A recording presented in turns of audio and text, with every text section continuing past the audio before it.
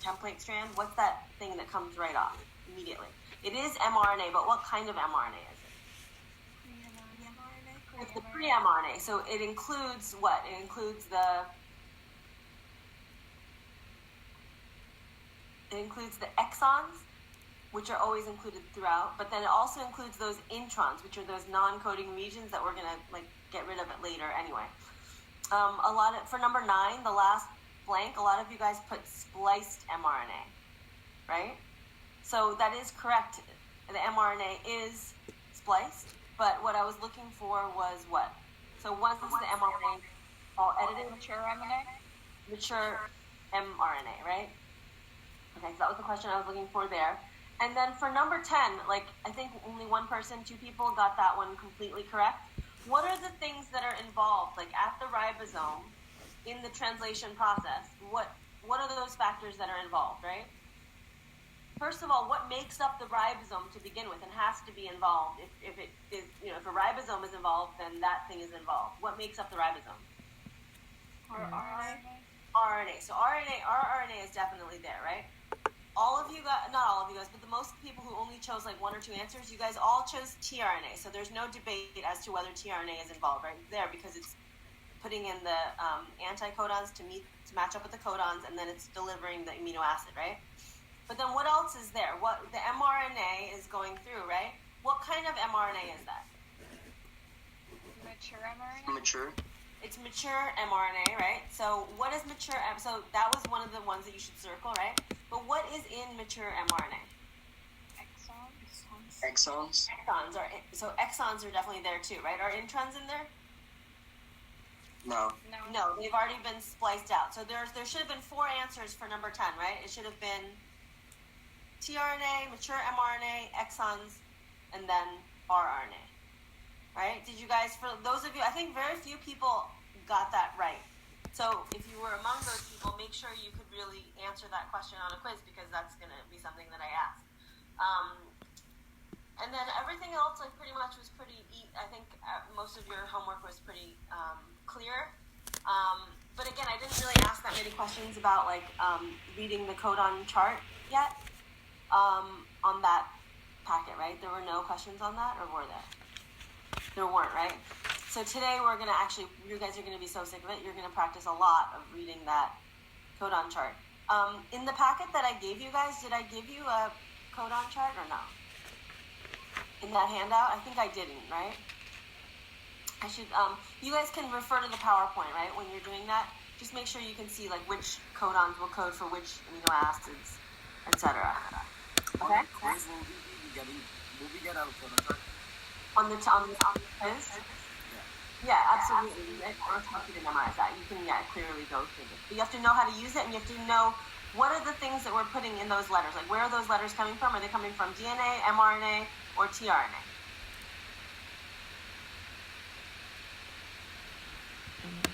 The letters that we're actually putting in the codon chart to be like ACU or something, is that going to come from DNA, RNA, mRNA, or tRNA? mRNA. So it's a codon. So codons come from mRNA, so it's going to be mRNA, right? And make sure, so if I gave you a tRNA anticodon, you'd be able to kind of reverse and find the complementary one of that, right? To figure out what the mRNA codon was, and then you can figure out what amino acid is connected to that tRNA codon, anticodon, right? Yeah? Okay. Any questions so far? No? All right, so we're going to go ahead and move on. So we know that DNA, we go from DNA to RNA to proteins, right? We know that the transcription takes place in the ribosomes. What? You said ribosomes. I didn't. Hello. Where's the cytoplasm? Those are in cytoplasm. Transcription. Oh, shit. That is in the nucleus. Thank you. All right, and then translation takes place in the cytoplasm at the ribosomes, correct? Right? And then, do you guys remember that? Okay, so mRNA, originally pre-mRNA gets transcribed from the DNA. Which strand is the mRNA transcript based on? Is it based on the coding strand or is it based on the template strand? It's based on the template strand, so it's being added complementarily to the template strand, right? Is it based on the anti-sense strand or the sense strand? Anti-sense. The anti-sense strand, right? Because that, again, that's another word for the template strand, right? So that's made, cap and tail are added to it, the exons are spliced together, introns are removed, it goes off into the cytoplasm. At the cytoplasm, it's read after the start codon, AUG. It's read in triplets, which are called codons, right? And each tRNA anticodon comes in and puts one amino acid per 3 bases, or one amino acid per 1 codon, right? You guys all seem to get that one, right? I think there was one person who put a kind of like a weird number for like the number of 1 for 15, but make sure that, yeah, like the ratio of amino acids to codons is 1 to 1, and then the ratio of like amino acids to bases is like 1 to 3, right? 1 amino acid for every 3 bases. Good? All right, so any questions about that so far? Okay, and then the real thing that makes you guys you is the proteins that are made in each area of your body, right? So like, you know, eye proteins and heart proteins and muscle proteins, they all contain the same DNA, but they all regulate the DNA so that they only transcribe and translate the proteins that they need for their actual function. Just a quick question. So, like, if I take heart protein, is that protein produced in the heart and only the heart? Not necessarily, because, you know, maybe some, you know, like, obviously skin cells are all over your body. So, like, you know, the skin cells here will produce the same protein that the skin cells over there would produce. And, you know, like, there are some that overlap, but there are some that are only specific to the heart functions, right? So, you know, for example, in your pancreas, like, your skin cells aren't going to be, like, creating insulin, right? Your pancreas cells are going to be creating insulin, right? So it's like certain ones are very highly specialized to their task, right? All right. So today we're going to learn about the mutations, though. So, like, that's all well and good when they're working well, but the problem is when they're not working well, then things can get really messed up really quickly, right? So let's see. I'm going to share this with you. Entire screen share. You guys can see that now? Yeah? Okay, so I'm going to hide that thing right there, and then I'm going to do this. All right. All right, so we're going to start talking about mutations today. All right, so mutations, you guys know what a mutation is. Today's objectives. Oh, this is here. Okay, so we reviewed transcription and translation. We did that already. We're going to introduce what mutations are, and then you guys are going to practice identifying where the mutations happened and what kind of mutations they are, right? Okay, so frequently asked questions. Maybe you guys don't frequently ask questions about mutations, but just to establish some background information, you guys probably know the answers to this already, but what is a mutation? Can anyone give me a good definition for what a mutation is?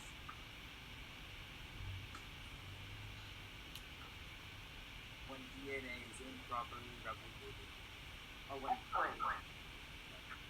So it's basically a change in the DNA that occurs usually, due to replication errors, right?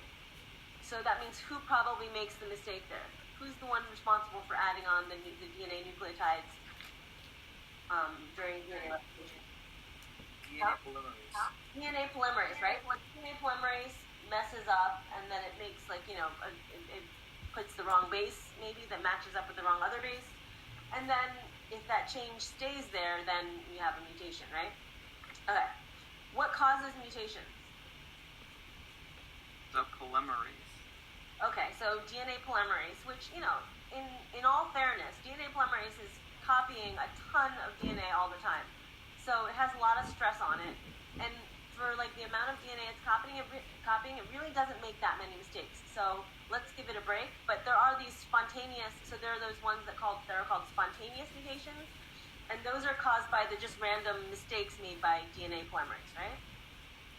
But then there are other mutations which are not just natural, but they actually are caused by agents outside your body and maybe lifestyle factors that you've chosen to engage in.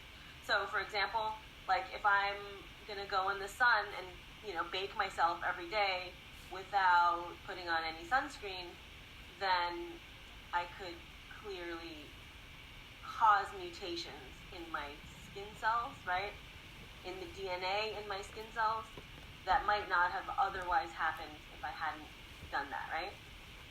Or, for example, if I'm like, working in some sort of conditions where I'm like inhaling really toxic fumes, and those are damaging, my, certain cells. Or if I'm like, exposed to like, X-ray radiation and things like that in my job, or, then again, all these things that can cause mutations are called mutagens. Like they generate mutations. Okay? So like chemicals, light, extraviolet, like, ultraviolet light, X-rays, things like that. Right? Okay. Are mutations inherited? And think about this carefully. Doesn't it only like increase the chances of the mutation happening in the offspring? Alright, so suppose like I have like an egg or a sperm cell, and then there's like the DNA in that gets messed up, right? The egg and the sperm cell merge to form a zygote, right? But the original DNA that they had is the basis for all subsequent DNA in that organism, right? So in that case, if the mutation occurs in the egg or the sperm cells, then it will be passed on to the child, right? But if I'm, if it happens, like if I'm an adult human and I go out in the sun and I like, suntan all day and then I get skin cancer, is that going to get passed on to my child? No. No, right? So, exactly. So only if the mutation occurs in the DNA of your sex cells, will it then be passed on definitely to your kids, right? Okay. We're good? Alright. So today we're going to talk about two main types of mutations, and they happen at different levels.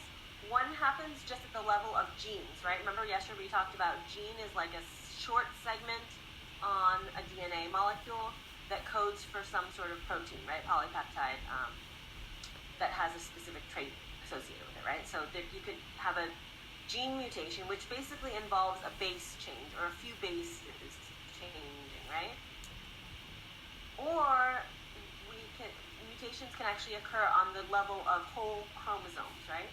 So chromosomes, and we'll look at what like the structure of a chromosome, but a chromosome contains like this stuff, but wrapped tons of times and coiled up into this huge structure called a chromosome, right? So, which one do you think has a larger effect on an organism's Chromosomal. chromosomal, obviously, right? Because it affects like not only one gene, but like a ton of genes, right? That's not to say that like gene mutations are like, oh, nothing, who cares? Because there are single gene mutations which cause like deadly, debilitating diseases. Even in a single base pair can like, totally affect your functioning. But for the most part, like just because like the sheer probability of like having more genes affected by this chromosome, you would say that chromosomal mutations on the whole have more potential to be detrimental, right? Okay, so let's get back to the gene mutations, right? So proofreading. So DNA polymerase is the thing that's like adding all the nucleotides during DNA replication, right? And it's adding them from the 5' to the 3' direction, right? And actually, it does have a proofreading mechanism involved in it. So it's going really fast and adding all these bases, but then it can actually go back and then be like, wait a minute, oops, I put the wrong base there, and it can actually fix it. So that's kind of cool, right? If it mistakenly places the wrong base, it can go back and fix some of those errors, and that process is called mismatch repair. So that's kind of cool that DNA polymerase can do that, right? Because it does fix a lot of its mistakes. But just, again, the sheer speed that it has to work at, and like the the whole, like, the bulk of all the stuff that it has to do, just like make it inevitable that it's going to make some mistakes here and there, right? So we have, so that's when we get mutation, right? When it's not repaired, as it should be, right? Okay, so there are two different types. We're talking about gene mutations now first, again. So there are two different types of gene mutations. One is called a point mutation, and that's exactly what it sounds like. It occurs just at one base. It's 1 point. All right? And then the other type of mutation is called a frame shift mutation, and that is one that actually causes the whole frame of the reading to shift, right? How many bases are read at a time when mRNA is being processed through the ribosome? How many bases go at a time? 3, right? But suppose I take one of those out. Then the whole frame, right? We need a triplet, right? So the whole 3 is going to shift over 1. And then all the different codons are now going to be different, like pattern, different combinations of letters, right? So that kind of really messes it up. So a point mutation is just at one single base, whereas a frame shift mutation causes the whole frame to shift, right? That makes sense? I have a question. Can a point mutation cause a frame shift mutation? Yes. Yes, Yeah, right? Exactly. So if I change one base, or if I change one, if I take one out, or if I put one in, an extra one, even though it's a single base that I'm changing, I could cause a whole frame shift mutation, right? So a point mutation can be a frame shift mutation. Does it have to be a frame shift mutation? No. No. What are the examples when it wouldn't shift the frame? Can you think of a way, like, and that's say it again? If it's paired the wrong way, like Exactly. So if it's still substituted a base in there, maybe it's the wrong base, but it still is something there, so that it's not actually like causing an absence or an addition, but it's just like it's a substitution. So that's exactly what I was looking for, right? So we're talking about point mutations, right? And substitution is the case where it would not cause a frame shift mutation, but you're just putting one base in for another base, for the wrong one. Right? Okay, so there are 3 different types of substitution mutations, right? One of them is called silent. So can you guys kind of guess what that would mean? What did we say about the relationship of amino acids to codons? Huh? The 1 amino acids per codon. One amino acid per codon. But think about all the possibilities, like just mathematically, if we have 3 bases in a codon, and then there are 4 different choices of the base, how many different combinations of codons do we have?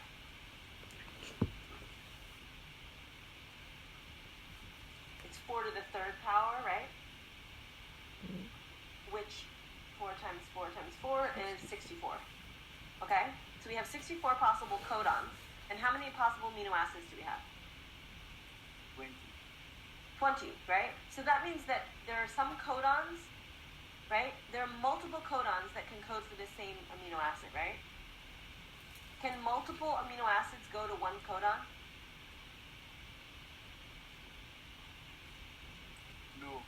No, but multiple codons can code for the same amino acid. So that's exactly what a silent mutation means.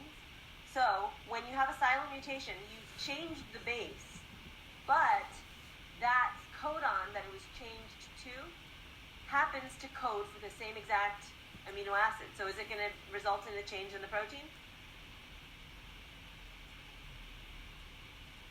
no. No, right? Which is kind of, it's great. So, you have a change in the base, but luckily that base happens to, have the same codon so that the same amino acid is produced in the chain, so there's no real disruption. So that's a silent mutation. It's a mutation that can't be observed or felt because it doesn't change anything in the protein. So that's a good thing, right? You guys recognize how that's a good thing, right? Okay.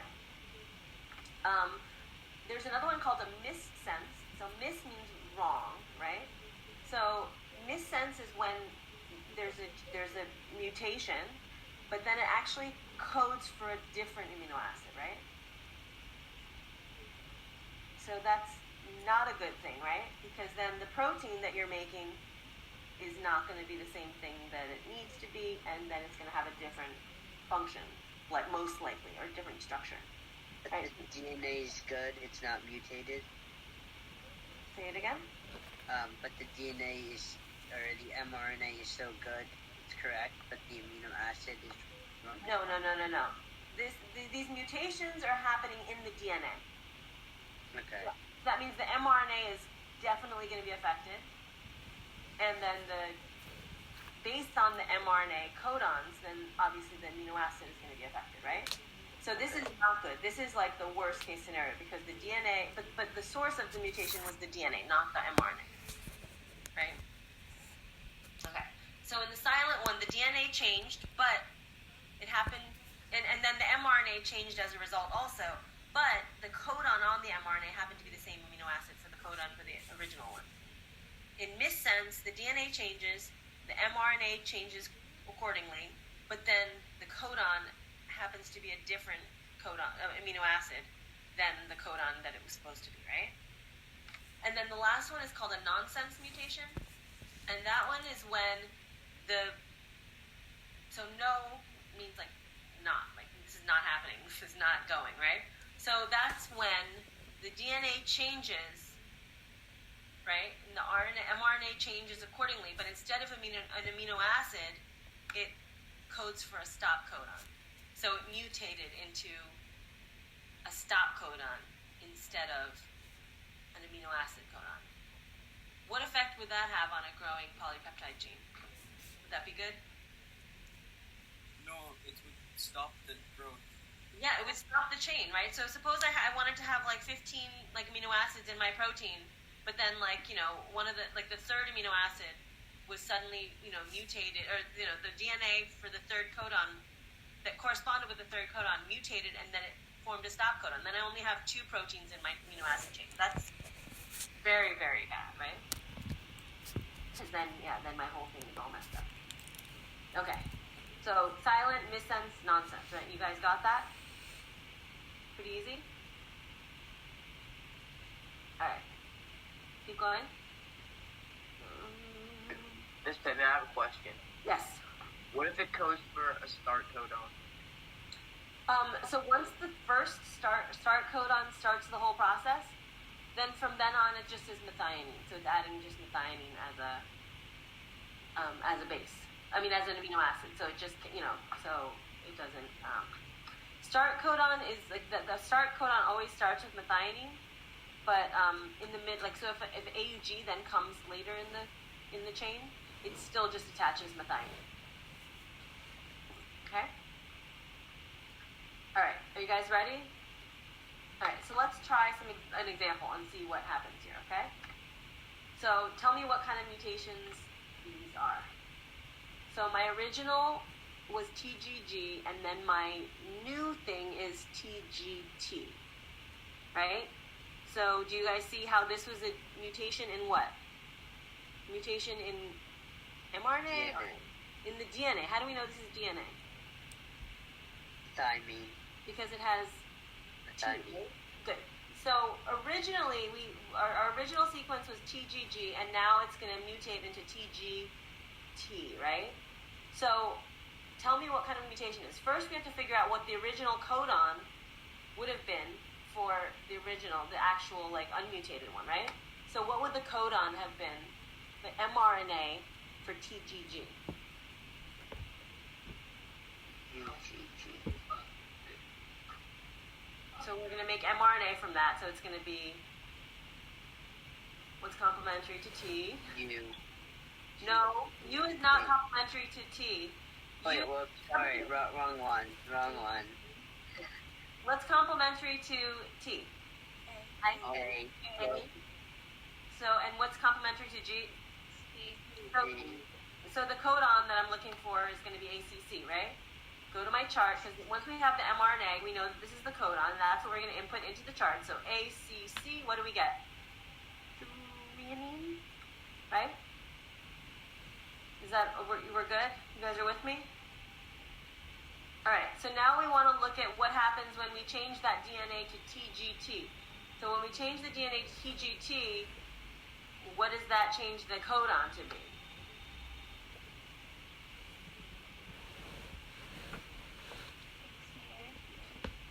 Good. Oh, sorry. This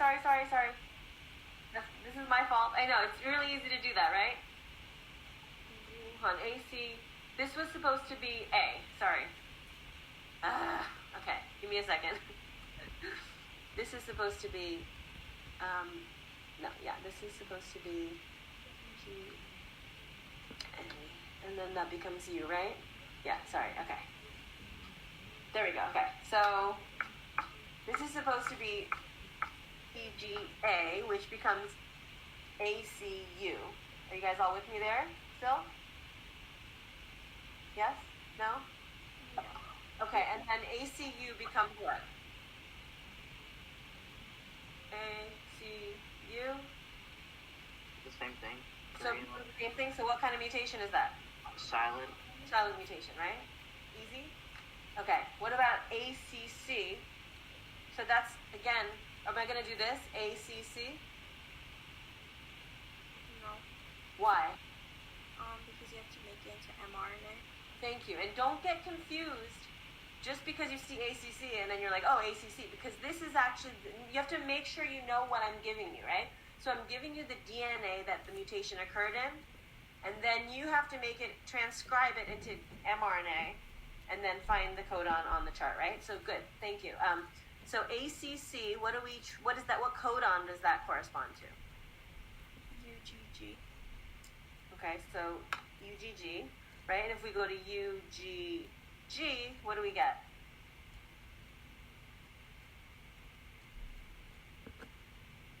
Tryptophan, you guys see that, right?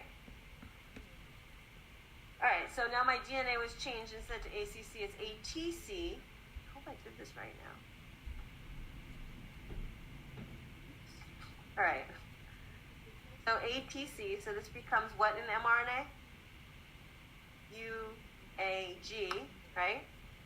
What's UAG? Let's try it on this chart. Let's see if we can do it from this chart over here. So let's see UAG. Stop. UAG,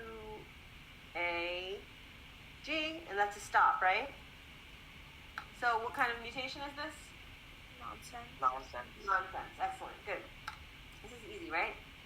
It's fun, isn't it?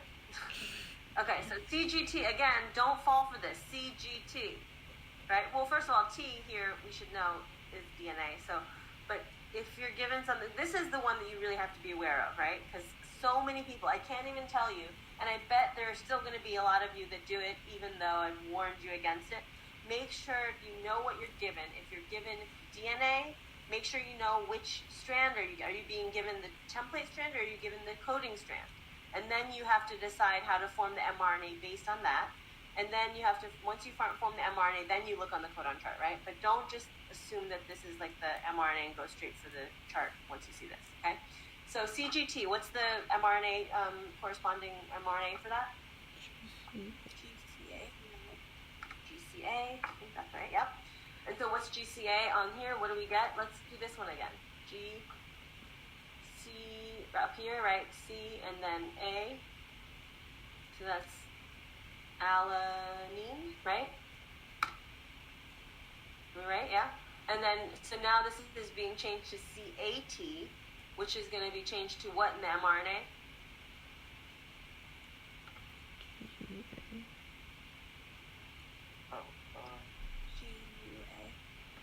GUA, right? And then I'm going to do that again from over here. G, U, all these are valine, so it doesn't matter, but GUA is right here. Do you see it? So that's valine, right? So what kind of mutation is this? Missense. Missense. Missense. This is good, right? This is easy? Yes. Awesome. Don't confuse this. When you see something like this, don't confuse that and go right to the chart. I'm warning you again and again and again. That's what I definitely want you to be aware of, okay? And you have to be able to read either this chart here or this chart here, right? You guys know how to do that. All right. Frame shift mutations. So as we said before, a point mutation doesn't necessarily have to be a frame shift if it's a substitution, because then it has still the same number of bases. It's just the different bases substituted for the other one, but there's no frame shift. But frame shifts are the ones that cause the whole frame to shift. So these are going to affect all the subsequent amino acids. So if we were kind of to put in order, like chromosome versus gene versus chromosome versus point mutations versus frame shift mutations, which are the worst? Like they have the most potential to do damage? Chromosomal, right? Because that's like cutting out a whole chunk of genes. But then what's the next one that has more potential to do damage, probably? Frame shift. Frame shift, right? And then the last one is probably just those point substitution mutations, right? All right, so because every single thing is going to be affected after that one point mutation occurred. So there are two different types. There's one where you insert one and then you shift the frame to the right, right? And then there's another one, which would be deletion, where you're shifting the thing to the left, right? The reading frame of the thing, meaning the three bases are going to be shifted over. Okay. And then these are examples. I want you guys to know these and just keep these in mind because later we are going to talk about these diseases and we might do like disease projects on these. So do you guys know what sickle cell anemia is? It's when your blood cells, like your red blood cells, become shaped like a crescent. Exactly. Good. And then they can't do what effectively then? Transfer oxygen. They can't transfer oxygen properly. Good. So, that disease actually, and you guys are going to read about it in your homework packet in your worksheet. But that's caused by a gene mutation. It's a mutation in a single gene, but that can have obviously disastrous effects. Because if you can't carry oxygen to your body, you're in trouble, right? Cystic fibrosis. Do you guys know what that is? That's when there's too much fluid buildup in the organs, and then you get a bunch of mucus. They get a bunch of mucus in their lungs, and they can't breathe. Excellent. Good. So that's also caused by a single gene mutation, right? Which is really scary too. I mean, luckily that's a recessive gene. So if you have one normal copy of that gene from one parent, and then the other one's a disease one, then you won't have it. But if you get the double one from your genes from both parents, then you're going to be in trouble. So that's another example of a gene mutation. And then Tay-Sachs disease. Have you guys heard about that? We talked about it in dynamics, I think. Yeah. Is it like a brain degenerative disorder or something? Yes, that's exactly what it is. And it usually it affects children. So they don't live, they don't have a very long life prognosis. So it's really, really sad. But that also is caused by a single gene mutation that causes neurodegeneration. So anyway, we'll talk more about these diseases as we go on. But just know, even though I'm saying that, a gene mutation isn't as bad as a chromosomal mutation, it still can have really, really disastrous effects, right? So just keep in mind which ones are examples of gene mutations, whereas which ones are examples of chromosome mutations, right? Okay. Questions? No? All right. So let's talk about, when I talk about a chromosome, what exactly is a chromosome? And remember when we were talking about trying to identify the genetic material, they knew that that chromosomes were involved, but they didn't know, because chromosomes are made up of two things. They're made up of DNA and they're made up of proteins. So that's why they were kind of confused also, which one is it? Is the DNA or is it the proteins that's carrying the genetic information? So I want you guys to look from the left to the right actually, because that makes it a little clearer. So here's our normal DNA that we recognize, right, with our double helix and our bases in the inside. So do you see how here's a double helix here of DNA, and then that, like long strands of that, get wound tightly around these little proteins here, and those are called histones, right? These are histones right here. Those little purple balls are histones, right? And then those in turn start forming like little clusters of themselves, and they start winding around. So it's almost like, it's weird. It's like, when I put on the screen saver, the screen share thing, and it does that whole like crazy tunnel of like images of like you guys. That's kind of like what this is. It's like those things where it gets like deeper and deeper into this crazy like coiling, like, and then it super coils here. So it's like this larger structure, but then basically what it's made up of is DNA. So you can still see the DNA in these like sort of like blue strands over here, right? And that's wrapped around those histones, which are then coiled upon themselves into like these long sort of chains, which then form the actual chromosome here, which is like an X-shape sort of thing. This chromosome here is actually a duplicated chromosome, so you should keep in mind that this is like this is doubled, right? But really, a single chromosome would just be half of this. Okay? So a chromosome mutation happens when I take basically like just a big chunk. Like suppose I just took this whole chunk right here off of the chromosome, and I was like, all right, now here's the rest of your genes and your DNA left, right? That's going to obviously change a lot of things, all right? So there are different types of chromosome mutations, and I want you guys to keep track of these letters and sort of see what's happening to these chunks of this chromosome. So this is like an example of a chromosome, right? It's not duplicated because, so otherwise it would have all these 4 legs, right? But I chose to just like include like a non-duplicated chromosome. So here's my normal original chromosome, right? And all the letters are in order, A, B, C, D, E, F, right? That's perfect, right? So, what did I do there? So here's my A, B, C, D, E, F, but then now what did I do with, where did I get that thing?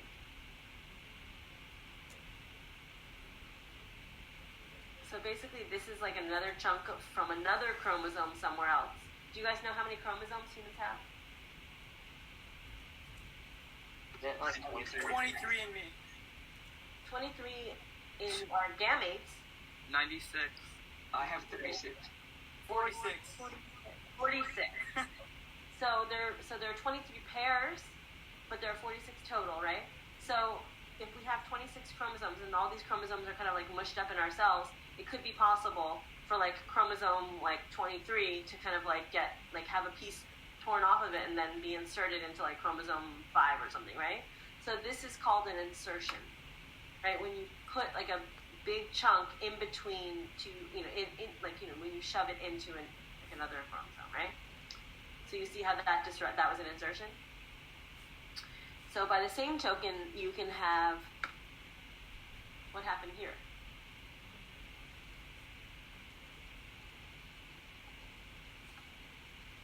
Compare it to the original.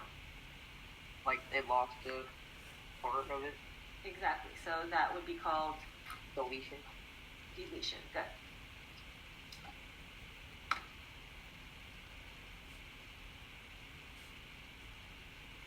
What happened there?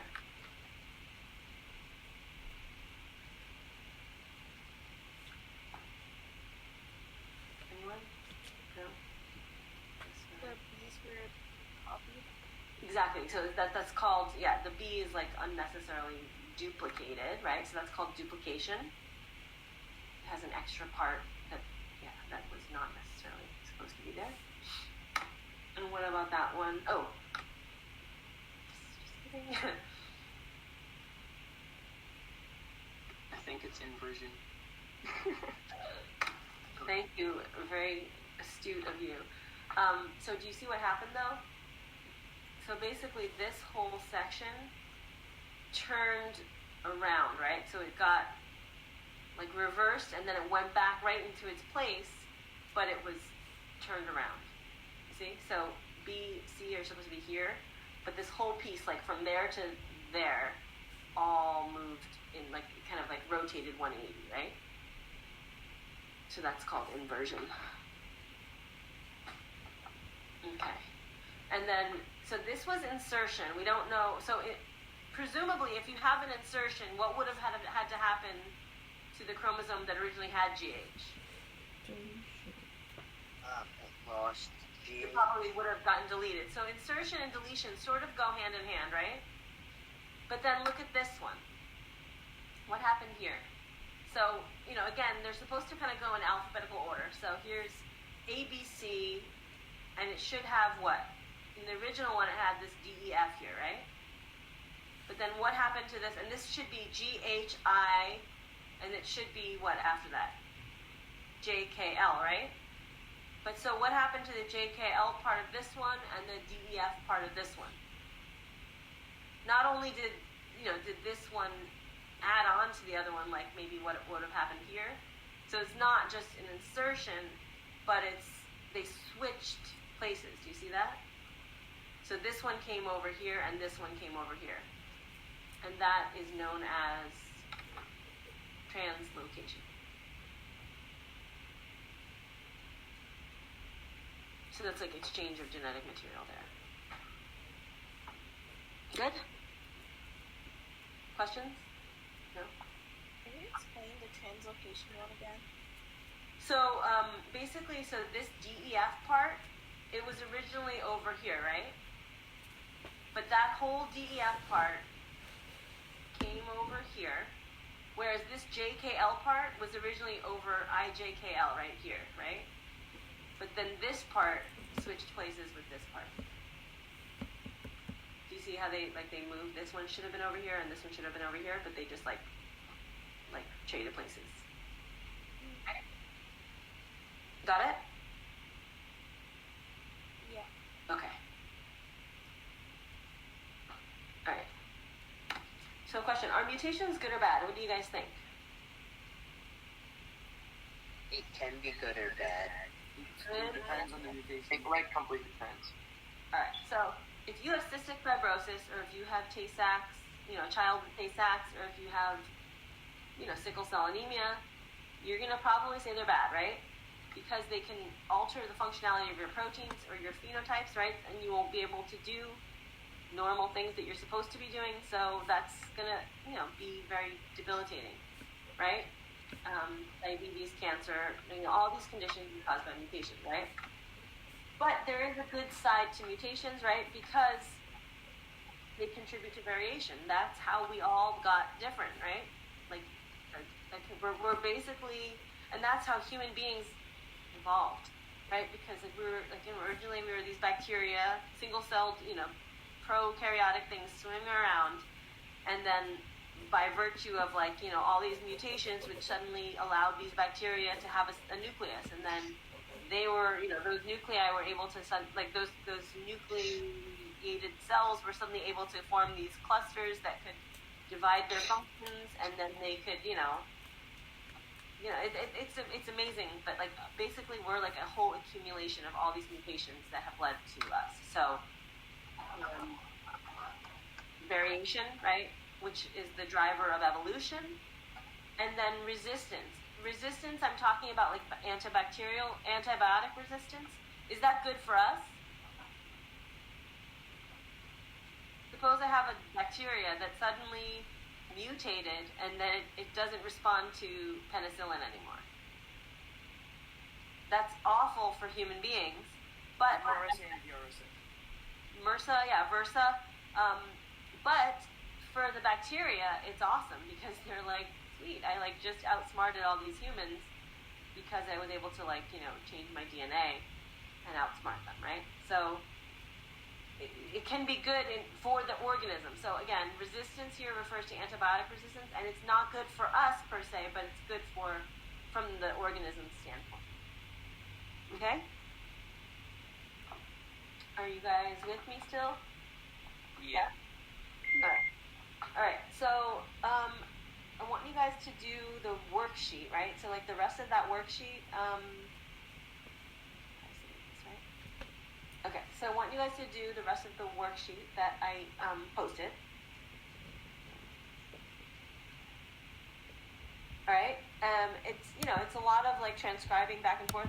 Make sure you have the codon chart available so you can actually do that.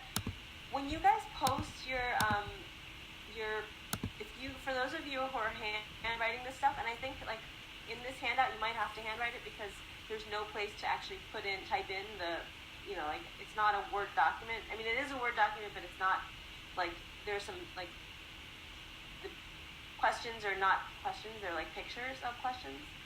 So, but can you guys make sure to try to write a little neater and try to write a little darker and try to take the picture a little clearer? Because some of you guys, I'm like reading the things and it's really hard to read them, right? I am like, trying pretty hard to like, not only just like check if you did it, but like to check the accuracy. So you guys should make sure to check the comments. I'm leaving like in the private comment section, I'm leaving the questions that I think that you are doing, that I want you to fix them. Just do me a favor and try to make it a little neater and a little clearer and like the picture. Try to make the picture a little clearer so I can see it better, right? So this, the worksheet, I think I posted it as an assignment, right? So you guys can upload it back to me by tomorrow, right? Tomorrow we're going to talk about cancer and cancer. We're going to maybe we'll go over like some of the questions on the mutation worksheet, but then we're going to go over cancer, and then on Friday we'll have like a mini quiz. I'm thinking it's going to be like maybe 20, 25 questions. Okay, and then we'll maybe 30. I don't know, but then and then we'll after that. I don't know. It depends. Maybe that will take the whole time on Friday. Do you think that will take the whole time? It does. Yeah. If it's like 30 questions. Probably, yeah. You get spend the whole time on it. 2 minutes per question. Is 30 too many? I'm really kind of like. I'll admit to you guys. I'm at a loss. Not 30. It's not too many? Alright, so I'm like at a loss for how we're going to really do this. Like I know, this is going to be an adventure. But I'm going to try to, make it challenging, but not like, too hard. But I do want you guys to know those details like that I love. Like, like the 5' end guanine cap, the 3' end tail, right? When are those added on, right? Like the introns versus the extrons, which things are, all participating in translation at the ribosome. Like, things like, I'm going to include some questions about DNA replication, I think, too. Like maybe which of the Okazaki fragments is, constructed first. Things like, in the mutations, you guys are going to have to be able to read and tell me the amino acid sequence of, a certain, like, template strand of DNA. And I could give you the template strand, or I might give you the coding strand of the DNA. And then if I give you the coding strand of the DNA, how would you find the mRNA from that? Would be the same if you just change the T's to the U's. Good, exactly. So that would be the same except you change the T's to the U's, right? But if I gave you the template strand, can you change the T's to the U's in that case? No, you would have to build the complementary mRNA based on based on the complementary bases, and the complementary to A would be U instead of T, right? So you really have to pay close attention to all these little details because I don't want you to get those wrong and stuff. But I also want you to keep in mind what's the template, what's the antisense, what's the sense, what's the coding, right? Like all those little details. So make sure you're reviewing every day so that this doesn't become a problem or that it doesn't creep up on you and stuff, right? You guys have been doing a pretty good job with your homework and all, so I'm pretty happy, and your attendance is great, obviously. So yeah, just keep up the good work, and let me know if you have questions on the homework, or if you have questions when I put comments on your homework. You can respond back and say like, oh, well, why did you do this, or stuff like that, right? Did everyone hand in the homework today?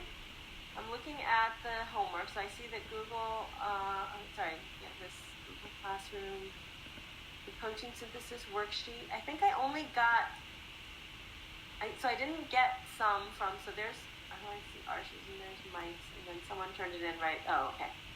All right. So some of you guys are kind of leaving it to like the very last minute to turn in, right? Are you doing it during that break between like the third and fourth period? Today, I I had it on, but I didn't press the submit button. Oh, okay. I just unsubmitted it to make changes as you were going through it. Right, I saw it. So, you guys, I am, when I'm looking at that, I'm looking at them like, in the evening. So I think, it's helpful for me to see who understands things, when I'm going over them. So, it'd be great to hand it in, should I change the hand-in time? I know that some of you guys are like, pressed for time and like up late. So I don't want to like force you guys to do it by, because, fair enough, like it should be like a full day's worth that you have. But try to hand it in like, at a reasonable time so I can look over it and, give you the most feedback that I can. Right? I have a question. Yes. For the homework, for Yes. the amino acid sequence, can we put abbreviations? Yeah, you can just put like those 3-letter ones if you're going to use the other chart. Yeah. And when they say original DNA sequence, do they mean the coding strand or the In this strand case, what do you think? I'm gonna say the one that we are copying to become mRNA. Yes, so that's probably the template strand. But on an actual quiz from me, I'll make it more clear what that is. Okay. All right? All right. All right, have a great day, guys. Let me know if you have questions, right? And submit that as soon as you can, all right? Have a good day. All right, bye. Thank you. Thank you, bye. Bye.